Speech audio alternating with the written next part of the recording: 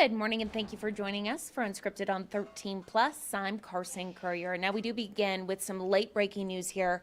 We want to go to our website where you can see Brewers icon and Hall of Famer Bob Uecker. He has died at the age of 90. We know the Associated Press has reported this. So we know that he was known as Mr. Baseball and was famous for his roles in the movie Major League.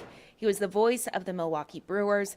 The AP is reporting he passed away in his hometown of Milwaukee. Again, he was 90 years old. Moving now to some aerial video of just some destruction here from the wildfires in California as they continue to blaze statewide. Now, thankfully, winds are starting to die down here. At last check this morning, according to CAL FIRE, there has been at least 24 deaths, over 40,000 acres burned, more than 12,300 structures burned, and more than 24,000 emergency responses. Again, you're just taking a look, an aerial look at some of that video. You can see, looks like neighborhoods are completely just leveled to the ground. It is just devastating to see. We know so many fire crews are out there. Like I mentioned, more than 24,000 emergency responders have come out here to help with the fires. So it's something we're going to continue to cover for you. We'll let you know if anything changes. We do want to go ahead and take a live look outside on your Thursday morning. We have 13 First Alert forecaster John Macaluso with us this morning. And John, okay, so here at home, this is the day of the week that we've kind of been looking forward to, right? It's the warmest day of the week. Wind conditions aren't too bad, and there could be some changes overnight. Yeah, that's right. I mean, we have a small chance of rain. It's a very small chance, but still, like the fact that we have rain back in the forecast. I know, it's been so exciting. dry for so long. Yeah, I mean, it's been a while since we've gotten rain. In fact, last year we had a lot of rain in these months, but right now we're not seeing that, and we are seeing some warmer temperatures today. Unfortunately, they're not going to stick around for long, so enjoy them. 57 degrees outside right now, 50 degrees in Nogales, 45 in Safford, San Manuel at 50 degrees. Plenty of sunshine to go around and a high of 73 degrees. We're going to hit that by around the 3 to 4 p.m. mark. Leading up to it, though, we'll be at about 69 degrees at noon, 58 by 8 p.m., and 53 by about 10 p.m. tonight. So let's take a look at some other high temperatures in our area. We're going to be in the low 70s in Oro Valley, Marana, Sells, Ajo, and Green Valley. High 60s in Sassabee, Nogales, and then much of Cochise County, including Benson, Tombstone, and Douglas, will be at about 63 degrees in Bisbee. That's the coolest area in the forecast today. 20% chance for rain tonight, mainly from about 11 p.m. to about 4 a.m. tomorrow morning. Unfortunately, that's not a very high percentage, and if we do get it, we're not expecting a whole lot from it at all. Plus, it's happening during a time frame where many of us aren't even going to be awake. Unfortunately, you and I will, Carson. But I know. We'll be here to enjoy it, though, right? Yeah. Many of you out there probably not going to be awake by this time, and that's totally okay. If you can get that extra sleep, I definitely do that. Looking at the regional forecast, this is all I could find for any trace of what we might expect tomorrow. So not a whole lot. This is a look at 1 a.m. on tomorrow morning. During this time frame, we are going to see that 20% chance for rain. So hopefully we get something.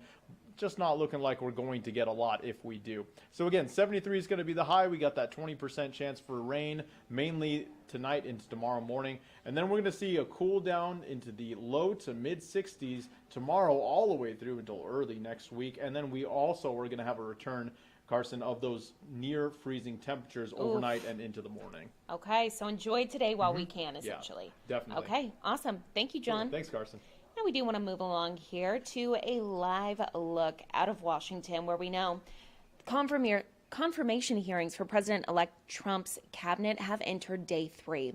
Just into our newsroom this morning, we have learned that Florida Attorney General Ashley Moody, she was chosen by Governor Ron DeSantis to fill Marco Rubio's vacant Senate seat in Florida. We know Marco Rubio was actually having his confirmation hearing yesterday, but today, again, you are taking a live look from the hearing of Doug Burgum. You can see him there. He was nominated to be the Secretary of the Interior, Lee Zeldin for Administrator of the EPA, and Eric Scott also having a confirmation hearing today. Eric Scott Turner for Secretary of Housing and Urban Development. Now, we do want to go ahead and listen in here to that confirmation hearing, see exactly what they're saying. We'll check it back in with you guys shortly.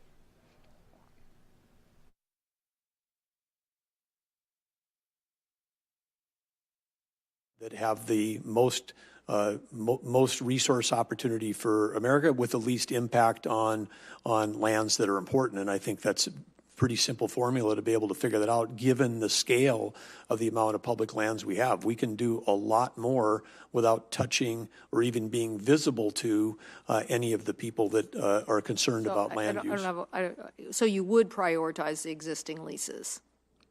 I'm not sure if I understand juxtaposed to, this conversation, which we've had many times in this committee. Oh, let's expand more leases that, that we don't have right now. I'm sure the chairman we could get into a very long discussion here about Bears Ears. Particularly, I wasn't for expanding oil and gas leasing into Bears Ears. It's a beautiful protected area. I personally think that the outdoor colony is a juggernaut. I don't want offshore drilling off the coast of Washington. Why? I got a marine sanctuary. Why in God's name? I have a Cascadia fault line. I mean, I could have devastation to an economy that's paying dividends. Why would I want to do that? So I'm just saying, one of the things that would be helpful to hear from you is that you believe in prioritizing on federal land the leases that are already there, as opposed to now going and saying, okay, let's get a big map and open up all federal land to new leasing. Because your point about efficiency, the most efficient thing is go after what you already have.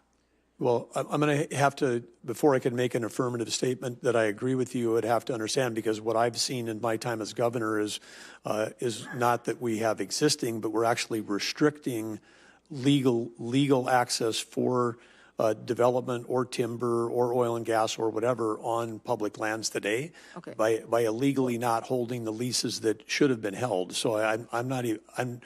Okay, my time is up, and I'm now in the red, so I'm going to get cut off here. So, but we will submit something for you and submit something for the record on that. I'm sure I'll submit something on fire and CLT, and maybe you and I can have a discussion about what I think really would help us move forward on some of those issues.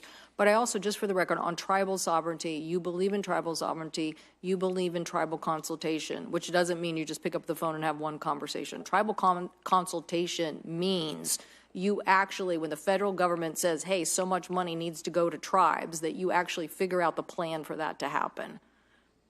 Well, tribal consultation to me as governor of North Dakota has meant actually spending time and going to the tribes, sometimes listening for hours to really understand what the issues are, and then in getting to people ahead of time, and then working on things that are important. We achieved MOUs on law enforcement. I mean, some of the scarcest and most devastating law enforcement in this country right now is the lack of BIA agents on federal land. I mean, some of the tribal reservations have become harbors for criminal organizations because they know that we don't have enough resource there, and then our local county sheriffs, the state police, in many cases didn't have jurisdiction. That's just one. Healthcare is another. I mean, yep. Thank you. I'm sorry, the chairman's going to cut me off.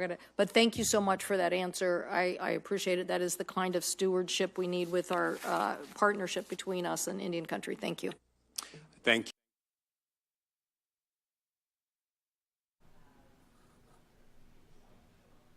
Again, you are taking a live look out to Washington, D.C., where we are listening in to the confirmation hearing of Doug Burgum, Governor Doug Burgum. We know he's nominated to be the Secretary of the Interior. He is answering questions from the Senate panel right now. This is something that we are actually going to be streaming on our website. So if you want to continue watching this, go there for all the latest information. But again, this is day 3 of the confirmation hearings for President-elect Trump's cabinet.